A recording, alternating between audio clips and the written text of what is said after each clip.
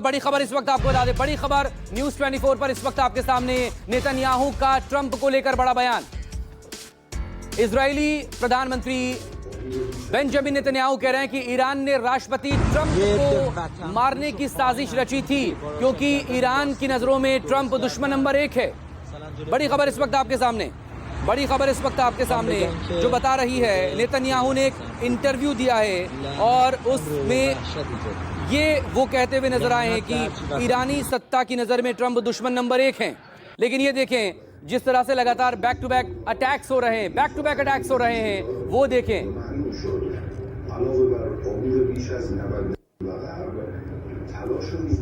और ये तस्वीरें आप देख सकते हैं किस तरह से अटैक के बाद यहां पर गहरा काला धुआं और बड़े से इलाके में यहां पर आग लग गई है। तो ये तस्वीरें लगातार ईरान के जो अटैक्स हो रहे हैं इस बार इजराइल पर, ये दरअसल वो दिखा रहे हैं। न सिर्फ तेल अवीव उसके निशाने पर लगातार है, बल्कि इस बार वो स्पोर्ट सिटी हाइफा को पिछले 2 दिनों से अपने निशाने पर रखे हुए हैं, क्योंकि ईरानी सेना की तरफ से भी ये साफ कर दिया गया है, ईरान की तरफ से उसका रुख यहां पर आ चुका है कि वो किसी भी सूरत में इजराइल को नहीं छोड़ेगा। जिस तरह से उसने उसके साइंटिस्ट को मारा है, जिस तरह से उसने उसके टॉप कमांडर्स को मारा है, और उसने लगातार निशाना पर रखने की कोशिश की गई है। लेकिन ये फिलहाल जो तस्वीर आप देख पा रहे हैं वो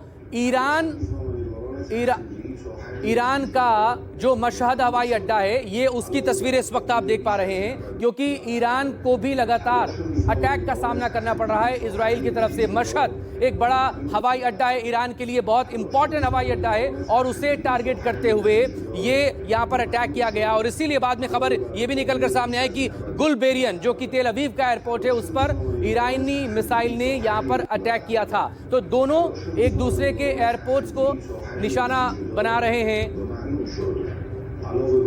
इस सब के बीच ये देखिए, रिफ्यूलिंग ईरानी एयरक्राफ्ट को निशाना बनाया है। मिसाइल हमले में ईंधन भरने वाले विमान यहां पर तबाह किए गए। ये आईडीएफ इजरायली डिफेंस फोर्स की तरफ से ये बड़ा दावा यहां पर किया गया कि उसने मिसाइल हमले में ईंधन भरने वाले विमान को तबाह किया है। ये आईडीएफ की तरफ से बड़ा दावा किया जा रहा है, क्योंकि लॉन्ग रेंज ड्रोन का इस्तेमाल यहां पर हो रहा है और लगातार बैलिस्टिक मिसाइल से भी हमले हो रहे हैं। संजीव त्रिवेदी मेरे सहयोगी इस वक्त हमारे साथ बने हुए लगातार। संजीव, ईरान के मशहद एयरपोर्ट को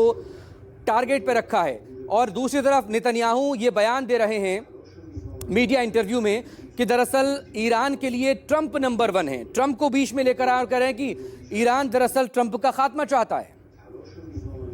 देखिए, उन्हें ये बताया गया है कि वो दुश्मन नंबर 1 है, ट्रंप के बारे में कहा यह गया है। और ये कहने वाले कोई और नहीं बल्कि इजराइल के प्रधानमंत्री बेंजामिन नेतन्याहू हैं, जिन्होंने फॉक्स न्यूज से कल इंटरव्यू में ये बात कही है कि मैं तो दूसरे नंबर पर उनका दुश्मन हूँ, पहले नंबर पे जो दुश्मन है वो ट्रंप है, और उन्हें मारने की एक साजिश जो रची गई थी, उस साजिश के बारे में मैंने उन्हें बताया, यानी कि ट्रंप को बताया। हालांकि ये जानकारी उनके पास पहले से थी कि उन्हें कुछ अमुक जगह पर एक साजिश के तहत हत्या उनकी की जानी है, और ऐसे में वो कहा जा सकता है कि एक अपने आप को कॉमन कॉज जिसे कहते हैं वो बना रहे थे, और राष्ट्रपति ट्रंप और नेतन्याहू दोनों ही निशाने पर हैं ईरान के, ये बताने की कोशिश कर रहे थे। इसके अलावा जो आपने कहा कि मिसाइल लॉन्चेस करके बहुत ही रिमोट लोकेशन से मारा गया है, एक एयरपोर्ट है मशाद शहर में, वहां पर रिफ्यूलिंग हो रही थी, और 2300 किलोमीटर की डिस्टेंस से तेल अवीव की तरफ से एक मिसाइल आता है, और उसने रिफ्यूल हो रहे एयरक्राफ्ट पर निशाना साधा था और उसे बर्बाद कर दिया, खत्म कर दिया। तो इसका अर्थ ये है कि इस बार जो वॉरफेयर है वो बड़े अजीब तरीके का है, मॉडर्न वॉरफेयर जिसे कहा जा सकता है। आसपास कोई नहीं है, लेकिन हवाई हमले ही सब कुछ तय कर रहे हैं। और ये जो उदाहरण सामने आया है, जिसमें कि बहुत दूर से 2300 किलोमीटर दूर से चला एक मिसाइल वो आता है और वो एयरपोर्ट को क्षतिग्रस्त कर जाता है, और वहाँ रिफ्यूल करने वाले जहाज यानी कि जो आसानी से रिफ्यूल कर देते हैं, ईंधन भर देते हैं, उस को खत्म कर देता है। तो ये चीजें देखी जा रही है। बताया यही जा रहा है कि अभी तक इजराइल की तरफ से ये दावा किया गया है कि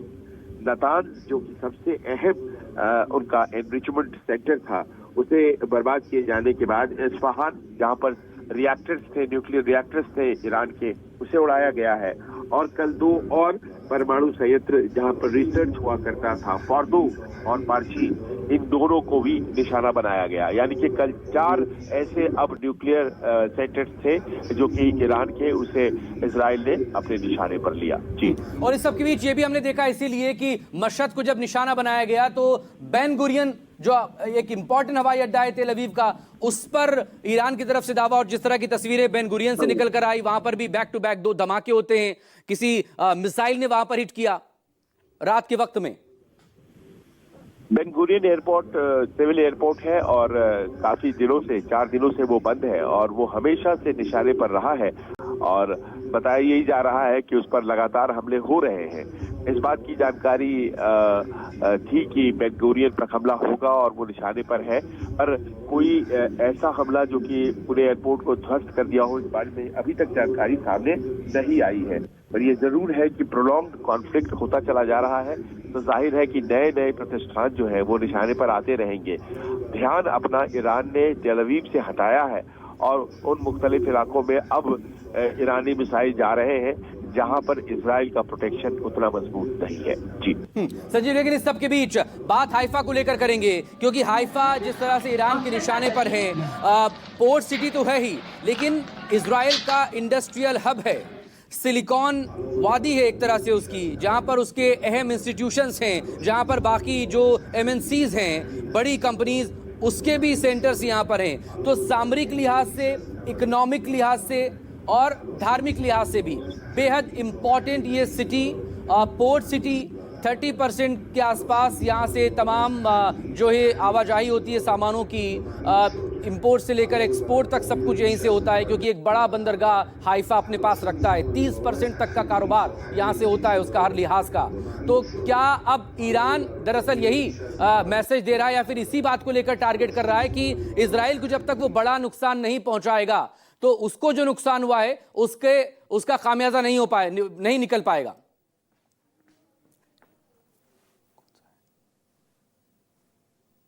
तो निकलकर सामने लाइब्रेरी के अंदर, ये लाइब्रेरी के अंदर जब एक बड़ा धमाका हुआ तो उसके बाद वहां पर किस तरह के हालात थे, जो शख्स वहां पर थे, जो लोग वहां लाइब्रेरी के अंदर मौजूद थे, वहां पर किस तरह से अफरा तफरी का माहौल बना और वहां पर भगदड़ के हालात बने और पूरी तरह से ये लाइब्रेरी खत्म नजर आ रही है। तो अटैक्स लगातार यहाँ पर हो रहे हैं और इन अटैक्स के बाद जो हालात यहाँ पर निकलकर सामने आ रहे हैं, फिलहाल ना इजराइल हमले रोक रहा है और ना ही ईरान इजराइल को बख्शने के मूड में फिलहाल नजर आ रहा है। भले ही अलग अलग बयान निकलकर जरूर सामने आ रहे हैं, क्योंकि यहाँ पर इन हमलों के बीच ये भी बताना जरूरी है कि क्या कोई डिप्लोमेटिक चैनल यानी कि बातचीत शुरू करने की यहाँ पर क्या कोशिश हो रही है। वो सवाल इसलिए भी क्योंकि संजीव, जो फ्रांस के राष्ट्रपति इमैनुअल मैक्रों, वो रशिया के मीडिएशन को लेकर एतराज करते हुए नजर आए हैं। वो कह रहे थे कि रूस नहीं कर सकता मीडिएशन इजराइल और ईरान के बीच में, लेकिन अमेरिका कर सकता है। वो अमेरिका जो कि तमाम तरह का सपोर्ट इजराइल को कर रहा है। क्या ये पॉसिबल है कि अमेरिका की मध्यस्थता में कुछ हो पाए? देखिए, पहले तो ये जो लाइब्रेरी नुमा बिल्डिंग है जिसमें हमला हुआ है, दरअसल ये जो तस्वीरें हैं, ये तस्वीरें ईरान के रक्षा मंत्रालय की हैं और ये जो तस्वीर है जिसमें दिखाई पड़ रही है एक लाइन से अलमारियां सजी और किताबें और फाइल्स, इस पे हमला किया गया और ये बात खुद बताई है ईरान के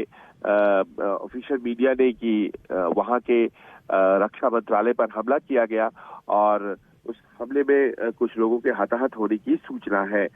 बताया ये जा रहा है कि ऐसे में जबकि ये युद्ध अगर लगातार खिंचता चला जा रहा है, दुनिया भर की चिंता इस बात को लेकर हो गई है कि इस युद्ध को खत्म होना चाहिए, लेकिन मध्यस्थता कौन करे? और मध्यस्थता अगर उम्मीद की जा रही है तो दुनिया की बड़ी ताकतों से ही की जाती है, जो कि या तो चाइना है या फिर रूस है या फिर अमेरिका है। अब जहां तक रूस का सवाल है, रूस ने शुरुआत से ही अपना समर्थन और अपनी आस्था जिस तरह से वो अपने आप को ईरान के साथ खड़ा पाता है, तो ऐसे में पश्चिमी देशों को ये लगता है कि ये शायद सही नहीं होगा और ऐसे में ये इजराइल का ही इंसिस्टेंस है जो फ्रांस अपनी जुबान से कह रहा है। वो इजराइल की बातें हैं और इजराइल चाहता है कि हर हाल में मध्यस्थता साजिश की जो भूमिका है वो अमेरिका निभाए और इसी कारण से आपको G7 की बैठक के दौरान ये सुनाई पड़ रहा है। जी लेकिन इस सबके बीच लगातार जो तस्वीरें आ रही हैं, अभी देखें ईरान के अलग अलग इलाकों में जिस तरह से इजराइल ने अटैक किए हैं, तेहरान में अटैक हुए हैं, तेहरान के अलावा मशहद एयरपोर्ट को निशाना बनाया गया इजराइल की तरफ से। ईरानी अटैक में इधर इजराइल में कई सारी इमारतें हम ध्वस्त नजर आ रहे हैं, लेकिन फिलहाल जो तस्वीरें इस वक्त आप देख पा रहे हैं ये ईरान की तस्वीरें हैं, ये ईरान की तस्वीरें हैं। और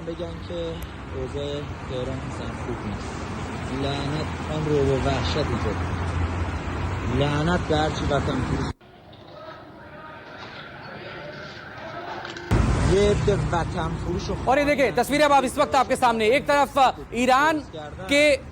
की इन तस्वीरों को समझने की कोशिश कीजिए, क्योंकि ये दरअसल मशहद एयरपोर्ट की तस्वीरें ईरान की, जहां पर इजराइल ने अटैक किया और उसके बाद वहां पर किस तरह से एक बड़ा डैमेज हुआ है। क्योंकि और ज्यादा क्लोज तस्वीरें तो अभी नहीं निकल कर सामने आ पाई हैं, लेकिन दूर से ही समझा जा सकता है इस अटैक को। दूसरी तरफ ये लाइब्रेरी की तस्वीरें आप देख पा रहे थे और अब इस वक्त देखिए बाहर किस तरह के हालात हैं। बाहर अफरा तफरी है, गाड़ियां वहां पर जा रही हैं, अचानक से एक बड़ा धमाका वहां पर होता है, एक अटैक होता है। तो लगातार इजराइल की तरफ से टारगेट यहां पर किया जा रहा है, न सिर्फ अपने फाइटर जेट के जरिए इजराइल यहां पर लगातार ताबड़तोड़ अटैक्स कर रहा है, ताबड़तोड़ हमले कर रहा है, बल्कि इसके अलावा जो अहम इंपॉर्टेंट बिल्डिंग्स हैं ईरान की, वहां पर भी लगातार ये अटैक्स होते हुए नजर आ रहे हैं। और अटैक के बाद की ये तस्वीरें दिखाने को काफी हैं कि दरअसल कैसे न सिर्फ विदेश मंत्रालय की बिल्डिंग को ईरान के टारगेट किया गया इजराइल की तरफ से, बल्कि जो डिफेंस की इमारत है उसको भी यहां पर टारगेट किया गया है। एयरपोर्ट इस वक्त निशाने पर हैं, न सिर्फ एयरपोर्ट निशाने पर हैं ईरान के, इजराइल के, बल्कि उसके अभी और जो बाकी इंपॉर्टेंट इलाके हैं जिसमें कि उसके एनर्जी इंफ्रास्ट्रक्चर ईरान के वहां पर हैं, उसको भी लगातार इजराइल की तरफ से टारगेट यहां पर किया जा रहा है। तो ये दो तस्वीरें बताने को काफी है कि दरअसल ईरान किस तरह से इस वक्त इजराइल के अटैक की जद में है। और ये मशहद की तस्वीरें आपके सामने हैं, मशहद की ये तस्वीरें जो बता रही हैं इस वक्त कि एयरपोर्ट पर कितना बड़ा धमाका वहां पर हुआ है और हो दरअसल वहां पर क्या रहा है। इस सबके बीच ईरान को बहुत बड़ा झटका लगा है इजरायली हमले में। रिवॉल्यूशनरी गार्ड्स के खुफिया प्रमुख और डिप्टी के मारे जाने का दावा इजरायली डिफेंस फोर्स यानी कि IDF की तरफ से यहां पर किया जा रहा है। रिवॉल्यूशनरी गार्ड्स के खुफिया प्रमुख, देखिए IRGC के हेड को इससे पहले मार दिया था उनका हुसैनी को, और न सिर्फ हुसैनी मारे गए थे बल्कि चीफ ऑफ आर्मी स्टाफ जो थे उन्हें भी यहां पर इजराइल ने अपने पहले ही अटैक में, जो कि अचानक से उसकी तरफ से शुक्रवार की सुबह किया गया था, उसमें टॉप 20 कमांडर्स को उसने मार गिराया था। अब इसके बाद जो फ्रेश अटैक्स इजराइल की तरफ से रात में किए गए उसमें यहां पर ईरान को बहुत बड़े झटके लगने की खबरें हैं। रिवॉल्यूशनरी गार्ड्स के खुफिया प्रमुख और डेप्यूटी के मारे जाने का दावा IDF की तरफ से यहां पर किया जा रहा है। और इजराइल के प्रधानमंत्री बेंजामिन नेतन्याहू इस बात को लेकर यह भी उनका एक बयान सामने आया था कि उन्होंने दरअसल अपने शुक्रवार की सुबह के अटैक में ईरान को एक तरह से मौका दिया है, क्योंकि जब उसने तमाम उसके टॉप कमांडर्स को मार दिया था, IRGC के चीफ को मार दिया था, एयरफोर्स के चीफ को मार दिया था, उसने ईरान के चीफ ऑफ आर्मी स्टाफ को मार दिया था, ऐसे में वो कुछ और भी कर सकता था, यानी कि खामनेई को भी वो यहां पर मार सकता था। लेकिन दरअसल ऐसा उसने सिर्फ इसलिए किया कि वो खामनेई और ईरान को एक मौका देना चाहता था।